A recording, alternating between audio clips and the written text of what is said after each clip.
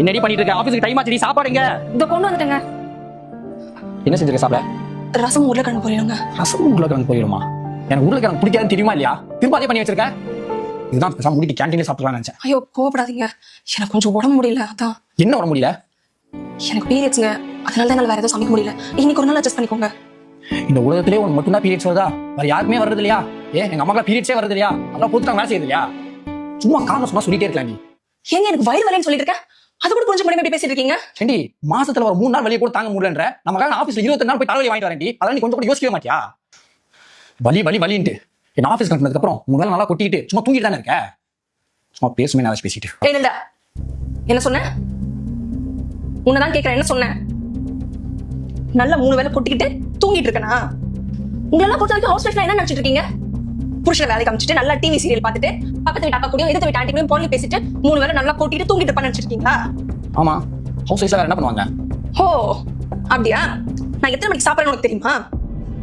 தெரியல. நான் காலையில டிஃபன் சாப்பிடறதுக்கு 11 மணி ஆகும், மதியம் லஞ்ச் சாப்பிடறதுக்கு 3 மணிக்கு மேல ஆகும், நைட் டின்னர் சாப்பிடறதுக்கு 10 மணி கூட ஆகும். ஏன் தெரியுமா? இந்த தூங்க வச்சுட்டு இருக்கிற வேலையெல்லாம் முடிக்கணும்ல, அதனால. வேற என்னமோ சொன்னீங்க. தூங்கிட்டு இருப்பேன். சார் நல்லா அயன் பண்ணி வச்சிருந்த சட்டையை டிப் டாப்பா போட்டுட்டு அழகா ஆபீஸ் போறீங்களே, அது அப்படி பழச்சு துவச்சு வச்சது யாருன்னு நினைக்கிறீங்க? நானு.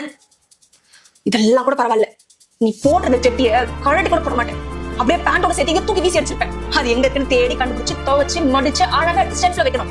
வச்சாலும் அதை தேடி எடுத்துப்பியா? மாட்டேன். அதை எடுக்கிறதுக்கு என்ன 10 தடவை கூப்பிடுவேன்.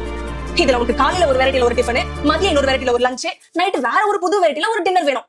மதியம் சமைச்சதை நைட்டு கூட தோற தின்ன மாட்டாரு. இது எல்லாத்தையும் சமைக்கிறதுக்கு எவ்வளவு நேரம் ஆகும் தெரியுமா? பேசுறதுக்கு டெய்லி வேலை செஞ்சு கால் மரத்து போய் அந்த வழியில எனக்கு தூக்கம் கூட வர மாட்டேங்குது. ஹாஸ்பிட்டல் போய் இன்ஜெக்ஷன் போட்டு எனக்கு தூக்கமே வருது. இதெல்லாம் தெரியுமா உனக்கு? வேலைக்கு போயிட்டு வரது தவிர நீ வேற என்ன பண்ணிடுற?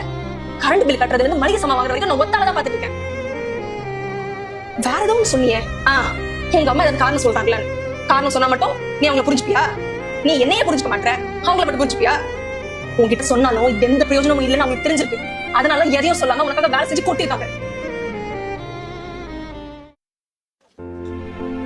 குமார், இன்னைக்கு ஒரு நாள் கேண்டீன்ல சாப்பிட்டுக்கிறியாப்பா? கேண்டீன்ல சாப்பிடணுமா? கேண்டீன்ல சாப்பாடு கூட நல்லா இருக்காதுமா, உடம்பு கெட்டு போயிடும். காலையில சும்மா தானே வீட்டுல இருக்க, சமைக்கிறது என்ன கேடு? சரிப்பா, நீ போய் ஆபீஸ் கிளம்பு, நான் சமைக்கிறேன். பீரியட்ஸ் பெயின் இருந்தாலும் சரி, வேற எந்த வலி இருந்தாலும் சரி, அது எல்லாத்தையும் பொறுத்துக்கிட்டு உங்களுக்காக சமைச்சு போற ஹவுஸ் ஒய்ஃப்ஸ் எங்க?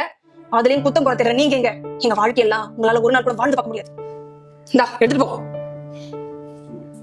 சாரிடி, ஒரு நாள் ஹவுஸ் ஒய்ஃப்ஸ் என்ன பண்ணுவாங்கன்னு தெரியாம தப்பா புரிஞ்சுக்கிட்டு என்னமோ பேசிட்டேன். என்ன மன்னிச்சிரு.